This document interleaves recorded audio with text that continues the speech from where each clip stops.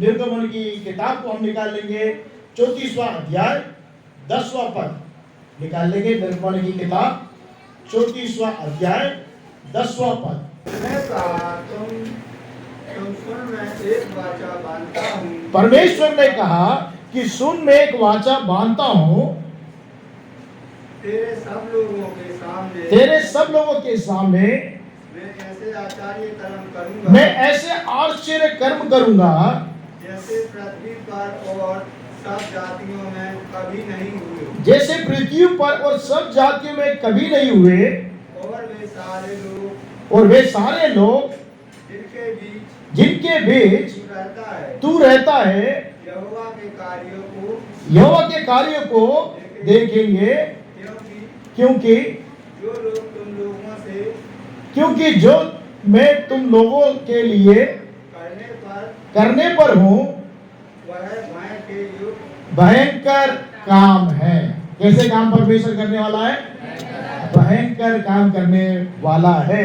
वो परमेश्वर कहता है कि यहाँ पर जब हम पढ़ते हैं मेरे प्रियो, शुरू में जब हमने पढ़ा सुन, मैं एक वाचा बांधा, परमेश्वर कहता है कि इस महीने के शुरुआत में परमेश्वर हमसे एक वाचा बांधता है, एक कवनेंट बांधता है। और परमेश्वर कहता है मैं वाचा बांधने वाला परमेश्वर हूँ। आमीन, हालेलुया।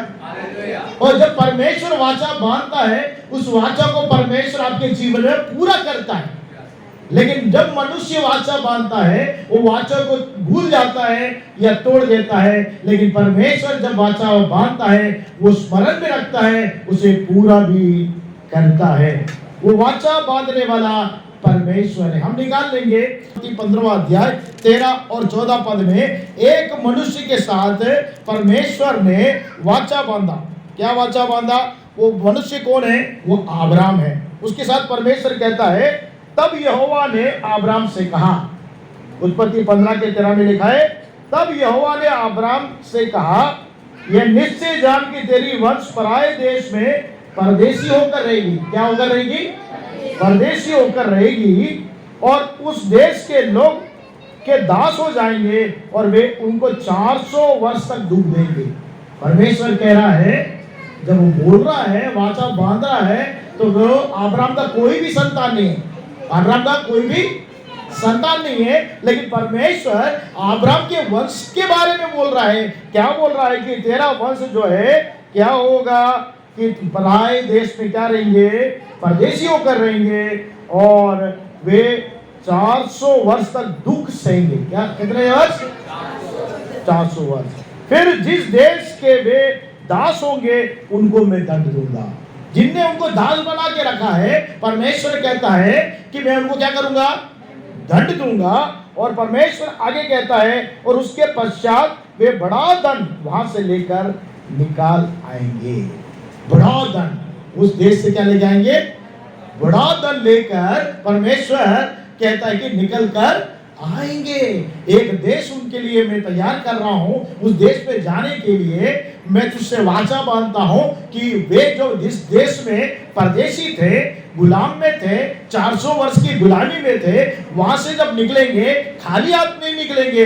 बहुत बड़ा धन निकल के मैं जो उनको देश देने जा रहा हूं वहां पर आएंगे करके परमेश्वर ने अब्राम से वाचा बांधा। तो जब परमेश्वर से वाचा बांधा, वो वाचा बांधने के बाद परमेश्वर का कलाम कहता है कि उस वाचे को परमेश्वर स्मरण करता है। अब्राम अब नहीं है, उसकी बहुत सारी पीढ़ियां निकल गई है। निकलने के बाद भी परमेश्वर अब्राम से जो वाचा बांधा उसको स्मरण करता है। जैसे अब्राम से वाचा बांधा, आपसे भी जब परमेश्वर वाचा बांधता है तो उस वाचे को परमेश्वर क्या करता है? स्मरण करता है और उनको क्या करता है? निकाल कर लेके आता है। हम पढ़ेंगे निर्गमन की किताब में 6वें अध्याय में परमेश्वर दूसरे पद से अगर हम पढ़ते जाते हैं तो परमेश्वर मूसा से कहता है कि मैं सर्वशक्तिमान ईश्वर हूँ। अब्राम, इसहाक, याकूब का दर्शन देता था, परंतु यहोवा के नाम से मैं उन्हें प्रकट ना हुआ और मैं उनके साथ अपनी वाचा दृढ़ किया। क्या किया? वाचा दृढ़ किया। किनके साथ? अब्राम के साथ, ईसाक उसके बेटे के साथ, याकूब उसके पोते के साथ उसने क्या किया, वाचा को दृढ़ किया है ना। तो परमेश्वर वाचा सिर्फ बांधता नहीं है, उसे दृढ़ भी करता है। आमीन, हालेलुया। बोलो, जो वाचा देता है उसे कभी भूलता नहीं है, वो पूरा करने में सामर्थ्य परमेश्वर है। वो सर्वशक्तिमान परमेश्वर है। वो मनुष्य नहीं है कि बोलकर भूल जाए, और वो स्मरण करता है और उनको क्या करता है, उस देश से निकाल के लेके आता है। देखिए उसमें लिखा है, 5वें पद में लिखा है, इजराइली जो अब्राहम के वंशज थे, उन लोगों का जब वो बढ़ते गए तो क्या हो गया, उनका नाम दिया गया इस्राएली। क्या नाम दिया, इस्राएली। क्योंकि परमेश्वर ने याकूब का नाम क्या कर दिया था, इस्राएल करके रखा था। वो इस्राएली लोग हो गए थे। तो वहां पर लिखा है कि इस्राएली जिन्हें मिस्र के लोग दासवत में रखते थे, दासवत मतलब गुलामी में रखते थे, मिस्र में वो गुलामी में रखते थे, उनका खरहाना सुनकर मैंने अपनी वाचा को स्मरण किया। परमेश्वर कहता है वो कराने लगे, गुलामी में तड़पने लगे, वेदना में थे, वो दिक्कत में थे, तकलीफ में थे। जब इस्राएली लोग गुलामी में थे तो वो क्या करने लगे, परमेश्वर को देखकर प्रार्थना करने लगे, खरहाने लगे। तो यहाँ पर लिखा है परमेश्वर ने सुनकर उनका वाचा को क्या करा, स्मरण। तो परमेश्वर सिर्फ वाचा नहीं बांधता, वाचा को स्मरण करने वाला परमेश्वर है। आमीन, हालेलुया। तो परमेश्वर इस महीने में कहता है कि जो वाचा मैं आपसे बांधता हूं, उस वाचा को मैं स्मरण करता हूं। जैसे मैं इस्राएली को गुलामी से छुड़ा के लेके आया, वैसे ही गुलाम में रहने वाले हमें परमेश्वर ने पाप के गुलामी से, शैतान की गुलामी से, बीमारी की गुलामी से, निंदा की गुलामी से, कमजोरी से, बलहीनता से, परमेश्वर सारी गुलामी से छुड़ाने के लिए, जैसे इस्राएली के लिए परमेश्वर ने मूसा को एक उद्धारकर्ता के रूप में भेजा, वैसे ही परमेश्वर ने हमारे लिए यीशु मसीह को एक उद्धारकर्ता के रूप में भेजा। आमीन, हालेलुया। इस्राएली को छुड़ाने के लिए ये परमेश्वर ने मूसा को भेजा, और संसार में जो पाप में डूबे थे उनको छुड़ाने के लिए परमेश्वर ने यीशु मसीह को भेजा। आमीन, हालेलुया। तो आगे हम जब देखते हैं कि लूका रचित सुसमाचार अगर हम निकालते हैं, मेरे प्रियो मेरे साथ अगर आप पलटाएंगे, लूका रचित सुसमाचार 2वां अध्याय 30 से 32 तक अगर हम पढ़ते हैं तो वहां पे क्या लिखा है, लूका रचित सुसमाचार 2वां अध्याय 30 से 32 तक। वहां पर क्या लिखा है, मेरी आंखों ने तेरा उद्धार को देख लिया है, जिसने तूने सब देश के लोगों के सामने तैयार किया है, कि वह अन्य जाति को प्रकाश देने के लिए ज्योति और तेरे निज लोग इस्राएल के लिए महिमा होंगे। यहाँ पर यीशु मसीह के बारे में, जब यीशु मसीह बहुत छोटे बालक थे, उनको जब लेकर आए थे, शमौन के पास मंदिर में लेके आए, उनको जब उनके हाथों में दिया तो उन्होंने कहा, मैंने अपनी आंखों से उद्धार को देखा है, उद्धार करने वाला यीशु मसीह को मैंने देखा है ना। और वो अन्य जाति के लिए क्या होगा, प्रकाश होगा। हम लोग कौन है, हम लोग इस्राएली नहीं है, हम लोग इस्राएली हैं क्या, नहीं, लेकिन हम लोग सब अन्य जाति के लोग हैं। हमारे लिए यीशु मसीह प्रकाश बन के आया। आमीन, हालेलुया। जिससे हमें ज्योति मिले। क्या मिले, ज्योति मिले। जब ज्योति आती है तो क्या जाता है, उजाला हो जाता है। जब यहाँ पे करंट गया था तो अंधेरा था, और जब ज्योति लाइट करंट आया और लाइट जलने लगी तो क्या हो गया, उजाला हो गया। वैसे हमारा जीवन अंधकार से भरा था, लेकिन हमारे अंधकार से जब हम भरे थे तो परमेश्वर का कलाम कहता है उसने हमें क्या कर दिया, उजाला दे दिया, उजाला कर दिया हमारे जीवन को, हमें क्या कर दिया, उजाला कर दिया। इसलिए परमेश्वर का कलाम कहता है हम उजाले के कारण हो गए मेरे प्रियो। इसलिए जब हम पढ़ते मत्ती रचित सुसमाचार 4 अध्याय में, तो वहां पर यीशु मसीह के बारे में एक और बात वहां पर हम पढ़ने को मिलता है। क्या मिलता है, देखिए मत्ती रचित सुसमाचार 4 अध्याय 16 से मैं पढ़ रहा हूं, आप लोग सुनिए। मत्ती रचित सुसमाचार 4 अध्याय 16 से, जो लोग अंधकार में बैठे थे उन्होंने बड़ी ज्योति देखी। अंधकार एक गुलाम है, अंधकार क्या करता है? एक गुलामी है। जैसे इजरायली लोग मिस्र में गुलामी में थे, वैसे ही एक अंधकार में, पाप में हम गुलाम में थे। जो अंधकार में रहता है उसको कुछ नहीं दिखाई देता, उसको कुछ भी नहीं समझ में आता, क्या कर रहा है, क्या सोच रहा है, उसको पता ही नहीं, क्योंकि उसमें कहां पर है? वो अंधकार। आपके घर में जब रात के समय बत्ती गोल हो जाती है, करंट चल जाती है, तो क्या लगता है? हम लोग अंधे के समान इधर उधर टुटने लगते। किसका घर है? हमारा घर है। 20 साल से, 10 साल से, 25 साल से, 5 साल से उसी घर में रह रहे हैं। सब सामान कहाँ रखा है हमको मालूम है, लेकिन जब बत्ती गोल हो जाती है, बिजली चली जाती है रात के समय में, हम लोग क्या करने लगते हैं? अंधकार में टटोलने लगते हैं। कुछ समझ में नहीं आता कहाँ क्या रखा है। वैसे ही हमारा जीवन अंधकार में था, हमारा जीवन गुलामी में था, पाप में था, दासवत में था। जैसे इजरायली लोग दासवत में थे, वैसे हम लोग भी दासवत में थे। तो प्रभु का कलाम कहता है, जो लोग अंधकार में बैठे थे उन्होंने क्या किया? बड़ी ज्योति देखी। और आगे लिखा, जो मृत्यु के देश में छाए में बैठे थे, उन्हें उन पर ज्योति चमकी। जो मृत्यु के छाए में बैठे थे, मृत्यु से सबको क्या लगता है? हेलो, हेलो, सुन रहे हैं? मृत्यु से क्या लगता है? अरे मृत्यु नहीं होनी चाहिए, है ना?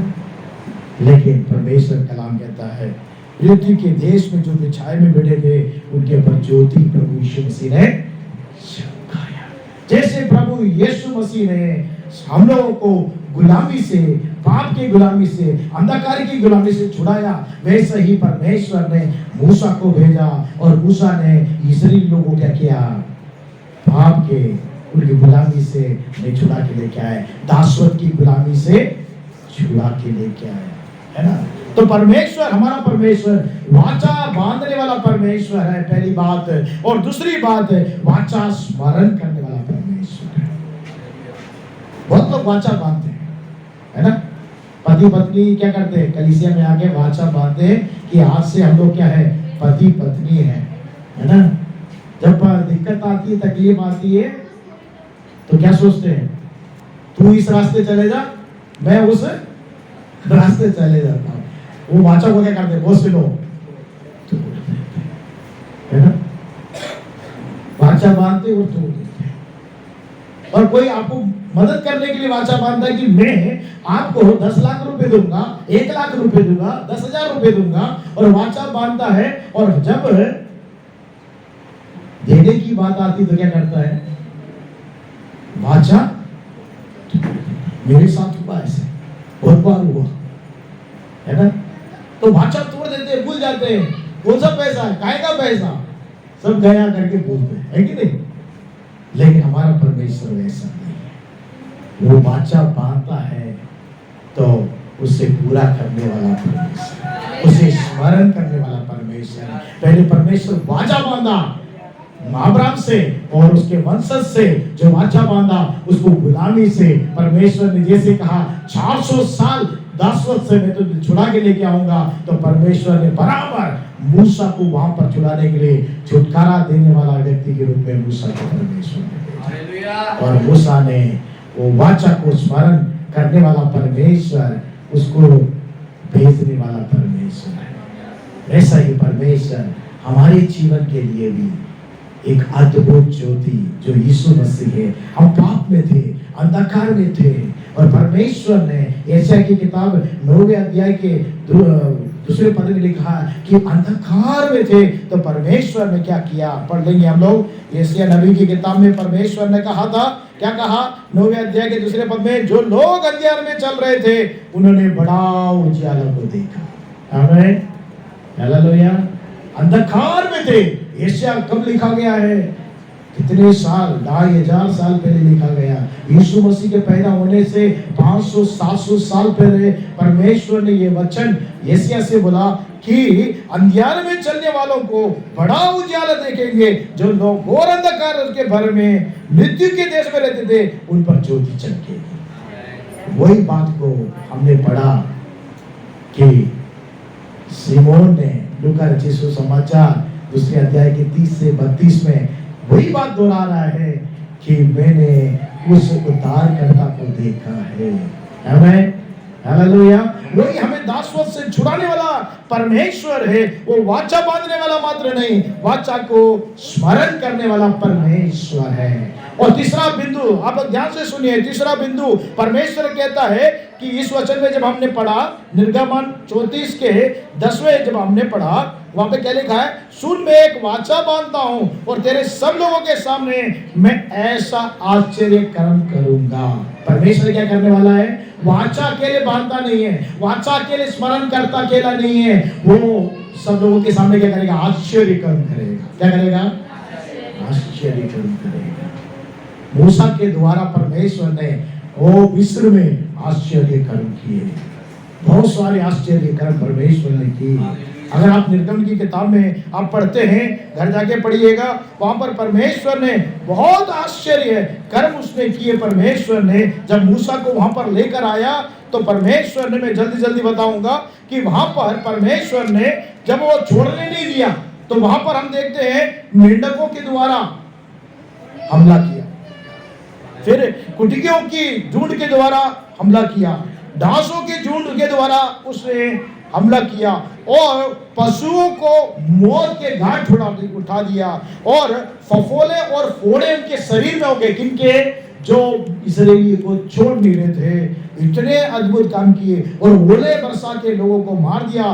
टिड्डियां बेचकर आक्रमण परमेश्वर ने किया और हम देखते हैं कि वहां पर अंधकार छा गया कि एक दूसरे का चेहरा नहीं देख सकते। इतना बड़े बड़े काम को परमेश्वर ने, इतने बड़े बड़े अद्भुत काम किया। पानी को लहू बना दिया परमेश्वर ने। इतने बड़े बड़े काम परमेश्वर ने मूसा के द्वारा किया। और हम जानते हैं हमारा प्रभु यीशु मसीह अंधों को आंखें दी, लूलों को चलाया, मुर्दों को जिलाया, है ना, कंगालों की सुधि ली उसने, जो भूखे प्यासे थे उनको भोजन खिलाया और जो पीड़ित थे उनको पीड़ित से छुड़ाया। तो परमेश्वर यीशु मसीह के द्वारा कितने अद्भुत काम किए और अद्भुत आश्चर्य काम किए। जैसे मूसा के द्वारा परमेश्वर ने मिस्र में काम किया, वही काम, उससे बढ़कर काम यीशु मसीह ने आपके लिए, मेरे लिए अभी भी करता है। अभी भी हमें छुड़ाता हुआ आ रहा है, अभी भी हमें चंगा करते हुआ आ रहा है, अभी भी हमारे दर्दों को दूर करते हुआ आ रहा है, हमारी बीमारी को दूर कर रहा है, मुर्दों को जिला रहा है, चंगाई दे रहा है, हमारी जरूरतों को अब तक पूरा करते हुए आज भी यीशु मसीह अद्भुत कार्य करने वाला परमेश्वर है। हम अंधकार में थे, पाप में थे, गुलामी में थे, हमें प्रभु यीशु मसीह ने मूसा के द्वारा इस्राएल को छुड़ाया, वैसे ही परमेश्वर यीशु मसीह के द्वारा हमें भी क्या कर दिया? छुड़ाकर लेकर आया करके हम वचन में देखते मेरे प्रियो। तो चौथी बात, और अगर हम जब देखते हैं आगे तो वहां पे लिखा है कि 34वें अध्याय के 10वें पद में, मैं तुम लोगों के लिए करने वाला हूं, जो कार्य करने वाला हूं वो भयंकर काम। कैसे काम करेगा परमेश्वर? भयंकर काम करेगा। आपके लिए क्या करने वाला है? इस महीने में अगर आप विश्वास करोगे, आपके लिए अद्भुत काम भी करेगा, आपको छुटकारा भी देगा और अद्भुत कार्य भी करेगा और आपके लिए भयंकर कार्य करेगा। सब लोगों की आंखें देखेंगी। आमीन, हालेलुया। मूसा के समय हमने देखा कि वहां पर उसने क्या किया? एक बहुत बड़ा भयंकर काम किया। क्या किया? निर्गमन की किताब अगर हम निकालते हैं तो हम पढ़ेंगे 12वां अध्याय 7वां पद में क्या लिखा है। देखिए 12वां अध्याय के 7वां पद और 13 पद को भी पढ़ेंगे हम। 7 में लिखा है, तब वे उसके लहू से कुछ लेकर जिन घरों में मेमने को खाए उनके द्वार के दोनों अलंगों और चौखटे के सिर पर लगाना। वहां पर मूसा को परमेश्वर ने कहा एक मेमने को काटना। क्या करना? मेमने को काटना और उसका लहू लेके क्या करना? तुम लोग उस लहू को लेकर क्या करना पड़ेगा? उसको दोनों अलंगों में और चौखटों पे लगाना और उसको क्या करना है? वो मेमने को अच्छे से भूंजकर क्या करना है? घर पे खाना। और 13वां पद अगर हम पढ़ते हैं आगे तो उसमें लिखा है, जिन घर में तुम रहोगे उन पर वह लहू तुम्हारे लिए छिड़कते रहेगा। जिस घर में आप लोग रहोगे उस घर में क्या रहेगा? मेमने का लहू छिड़कते रहेगा। अर्थात मैं उस लहू को देखकर तुमको छोड़ जाऊंगा जब मिस्र के देश से के लोगों को मारूंगा, तब विपत्ति में तुम पर न पड़ेगी और तुम नष्ट ना होगे। वो मेमने का लहू को देखकर परमेश्वर कहता है, मैं मिस्रियों को मारूंगा, उनके पहलोटों को मारूंगा, लेकिन वो लहू का चिन्ह देकर मैं तुम्हारे घर को क्या नहीं करूंगा, छूंगा नहीं। तुम्हारे घर पर विपत्ति नहीं आएगी, तुम्हारे घर पर नष्ट नहीं आएगा। इस महीने में परमेश्वर कहता है, अगर मेमने का लहू आपके ऊपर लगा है तो आप छुड़ाए जाओगे। आमीन। कौन है मेमने का लहू? हमारा प्रभु यीशु मसीह। वो क्रूस पर एक मेमने के समान प्रभु यीशु मसीह क्या हो गया, क्रूस पे चढ़ गया। वो हमारे लिए मेमना बना। हम निकाल लेंगे पहला कुरिन्थियों 11वां अध्याय, मैसेज पढ़ाइए। पहला कुरिन्थियों 11वां अध्याय अगर हम निकाल लेते हैं, वहां पर उसके बारे में हम पढ़ेंगे, जल्दी से पढ़ेंगे। पहला कुरिन्थियों 11वां अध्याय 23 से अगर हम पढ़ते हैं, वहां पर 23 से 26 तक वहां पे लिखा है, पौलुस कहता है कुरिन्थियों को, ये बात मुझे प्रभु से पहुंची है और मैं तुम्हें भी पहुंचा दी कि प्रभु यीशु मसीह जिस रात को पकड़ाया गया, रोटी लिया और धन्यवाद करके तोड़ी। क्या लिया? रोटी लिया और धन्यवाद करके तोड़ी, और क्या लिखा है, यह मेरी देह है जो तुम्हारे लिए है। क्या तोड़ा उसने? रोटी। ध्यान से सुनिए, रोटी ली और तोड़कर क्या बोला, ये रोटी नहीं है, ये मेरा शरीर है जो टूटने वाला है। क्रूस पर जो मेमने के रूप में मैं चढ़ने वाला हूं, मेरा शरीर को तोड़ेंगे लोग। ये रोटी है, इस रोटी में आप लोग शरीक हो, है ना। आगे क्या लिखा है, और धन्यवाद करके तोड़ी और कहा, यह मेरी देह है जो मैं तुम्हारे लिए है, मेरे स्मरण के लिए यही क्या करो। किसके स्मरण के लिए करना है? यीशु मसीह के स्मरण के लिए यही क्या करो। यही वही मेमना है जो मूसा ने मारकर वहां पर अलंगों में लगाया, और आज जो मेमना है वो प्रभु यीशु मसीह है, जिसके लहू से हमें छुटकारा मिलता है। यदि आप विश्वास करते हैं यीशु मसीह मेरे पाप के लिए मरा, उसका लहू मेरे लिए मारा गया, उसका लहू मेरे पर लगाया गया है, तो आप और आपका परिवार बच जाएगा। जैसे इस्राएल का परिवार बच गया, वैसे ही आपका और परिवार बच जाएगा। आगे लिखा है, इस रीति से उसने ब्यारी के पीछे कटोरा भी लिया और कहा, यह कटोरा मेरा लहू का नया वाचा है, जब कभी पियो तो मेरे स्मरण में किया करो। उसके लहू है। यीशु मसीह कहता है, ये क्या है, मेरे स्मरण में करो। ये जो दाखरस है, ये मेरा लहू है। मैं जो कलवारी क्रूस में लहू को बहाने जा रहा हूँ, शरीर तोड़ने के लिए देने जा रहा हूँ, उसे तुम लोग खाओ और उसे पियो। जैसे मूसा ने कहा, मेमने के लहू को चौके में लगाओ, है ना, और उसको भूज कर खाओ घर पे, और भयंकर काम करूंगा। जो तुम्हारे विरोधी हैं, उनके सारे पहलुओं को मैं क्या करूंगा, मार दूंगा। इतना भयंकर काम परमेश्वर ने। और इस्राएली लोग के कोई नष्ट नहीं हुए, सब बच गए। हमें बचाने के लिए यीशु मसीह आया। जो उस पर विश्वास करते हैं कि यीशु मसीह मेरे लिए मारा गया, मेरे लिए उसके शरीर तोड़े गए, मेरे लिए उसने लहू को बहाया है, उसमें जब शरीक होते हैं, विश्वास करते हैं, तो हम बच जाते हैं। तो हमें भी क्या करना पड़ेगा, उसके स्मरण में ये बातों को करना है। आगे लिखा है, क्योंकि जब कभी तुम ये रोटी खाते हो, इस कटोरे में से पीते हो, तो प्रभु की मृत्यु को जब तक वह ना आए प्रचार करते हो। इस रोटी में से, है ना, इस दाखरस में से जब आप पीते हो, तो आप क्या बच जाते हैं, प्रचार करते हैं कि यीशु मसीह क्या हो गया, मेरे लिए मारा गया है।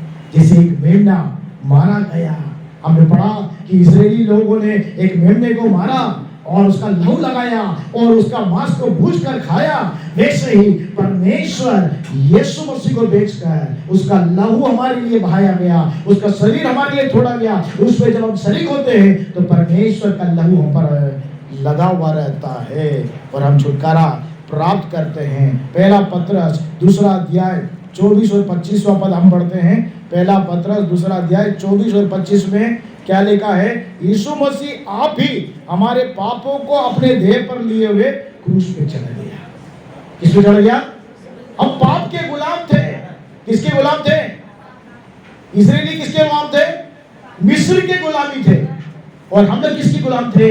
पाप के गुलाम थे।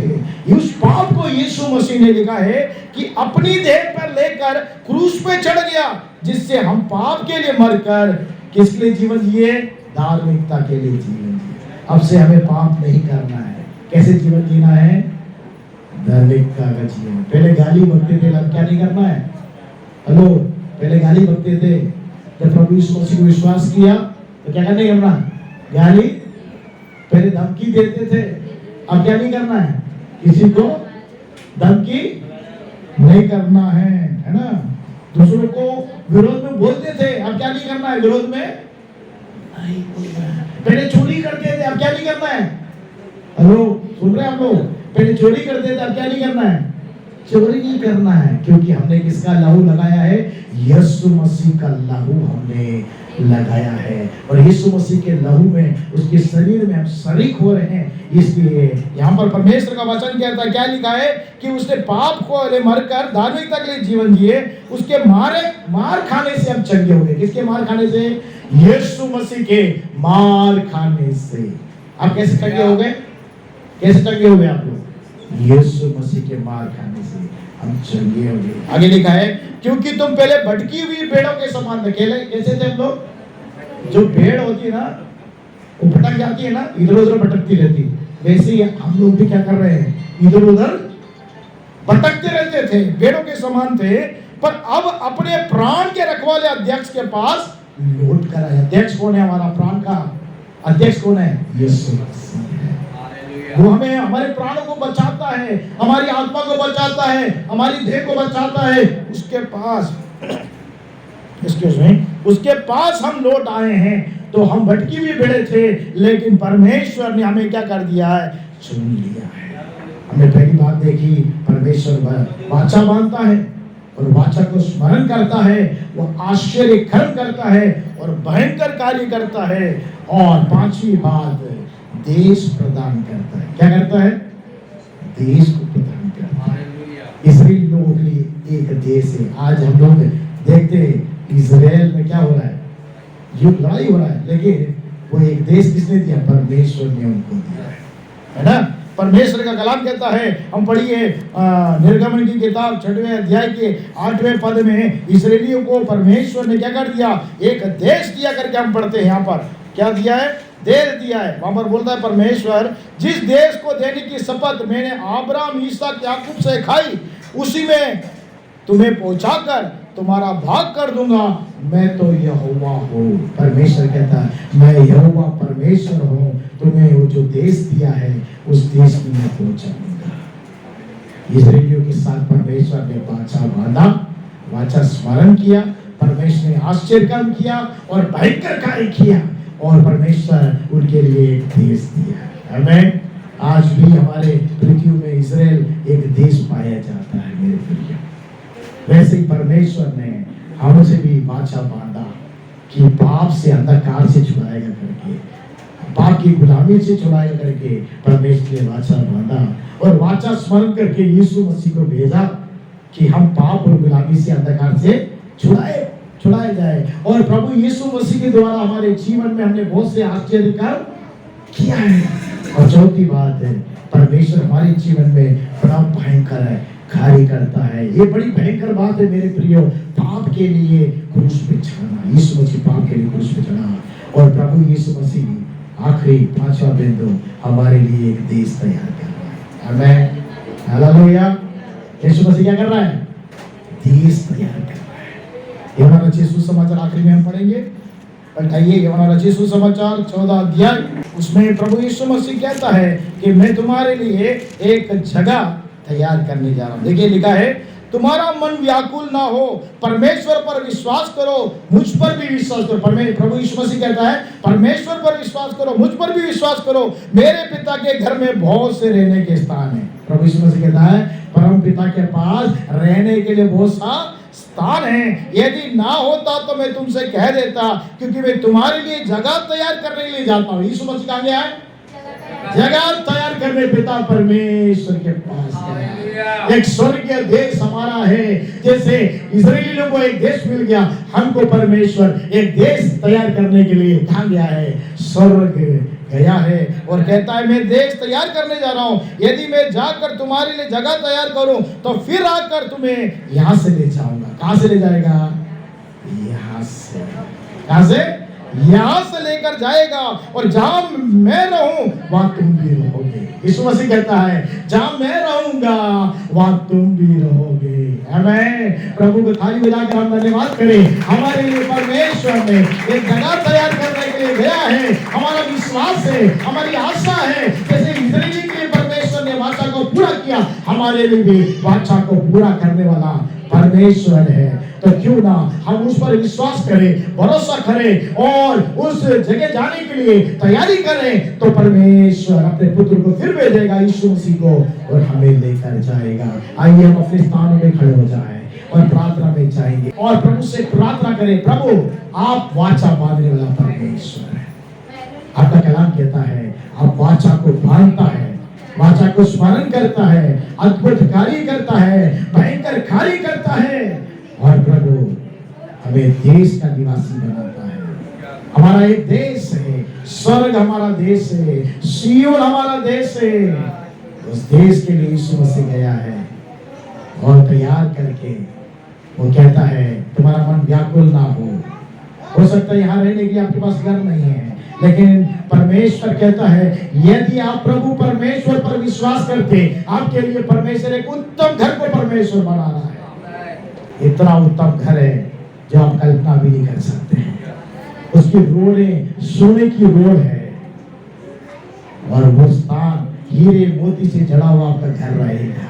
अगर आप प्रभु पर विश्वास करके, प्रभु पर भरोसा करके जीवन व्यतीत करेंगे, प्रभु के कलाम का आज्ञा मानकर जीवन जिएंगे, प्रभु आपको पाप से, गुलामी से मात्र नहीं छुड़ाया है। परमेश्वर ने अपने वाचा मात्र पूरा नहीं किया है। परमेश्वर प्रत्येक दिन अद्भुत कार्य करता है, आश्चर्य कर्म करता है आपके लिए, आपके शत्रु के साथ भयंकर कार्य करता है। जो शैतान आपका शत्रु है उनके विरोध में परमेश्वर कार्य करता है, उसका नाश करता है, सर्वनाश करता है और आपके लिए एक उत्तम स्थान प्रभु खड़ा करता है। सियोन देश हमारा देश है, वहां प्रभु के साथ हम निवास करें। क्यों ना हम समर्पण करें, प्रभु पर विश्वास करें, प्रभु से कहे कि प्रभु इस्राएली को जैसी गुलामी से छुड़ाया, दासत्व से छुड़ाया, तूने मुझे पाप से छुड़ाया है, अंधकार से छुड़ाया है।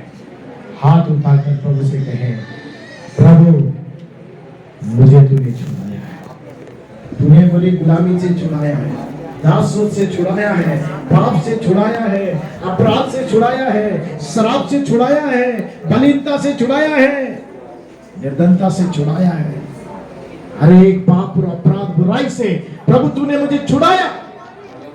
मैं प्रभु तेरा धन्यवाद करता हूं। प्रभु तूने वाचा बांधा और वाचा को स्मरण किया और मेरे जीवन में अद्भुत कार्य करके प्रभु यीशु के द्वारा मुझे छुड़ाया और तेरे लहू और तेरे शरीर में शरीक होने के लिए मुझे और मेरे लिए एक स्थान को प्रभु तैयार कर। अपने हाथों को उठाकर बोले प्रभु वो उत्तम स्थान को जो मेरी आंखों ने देखा नहीं है, मेरे मनों में उभरा नहीं है, मेरे लिए वो उत्तम स्थान को प्रभु यीशु मसीह बना रहा है। वो कहता है कि मैं तेरे लिए घर बनाकर फिर लौट कर आऊंगा और तुझे ले जाऊंगा, तू मेरे संग रहेगा, मेरे साथ। मेरे हाथों में हमारे जीवन को समर्पित करते हैं, अपने हाथों को उठाकर प्रभु से कहे हमारे जीवन को प्रभु तेरे हाथों में समर्पित करते हैं, हमारे परिवार को आपके हाथ में समर्पित करते हैं। इस्राएलियों ने आज्ञा मानकर मेमने के लहू को अपने चौखटों में, बातों में लगाया, वैसे ही प्रभु जी आप विश्वास के साथ यीशु मसीह के लहू को हमारे ऊपर, हमारे परिवार में, हमारे घर में लगा देते हैं ताकि हमारा छुटकारा हो जाए, हमें गुलामी से, दासत्व से छुटकारा मिल जाए, हमें शांति मिल जाए, हमें आनंद मिल जाए और हमारे जीवन में प्रत्येक दिन वो आश्चर्य कार्य को देख सके और हमारे विरोध में कार्य करने वाले हमारे जीवन में भयंकर कार्य होते हुए हमारी आंखें देख सके। और प्रभु तुम हमारे लिए एक जगह तैयार करने गया है, उसके निवासी होने के लिए हमें तैयार सर आज अपने काम को समर्पित करते हैं। यीशु मसीह के नाम से मांगते हैं, सुन और ग्रहण कर पिता, आमीन।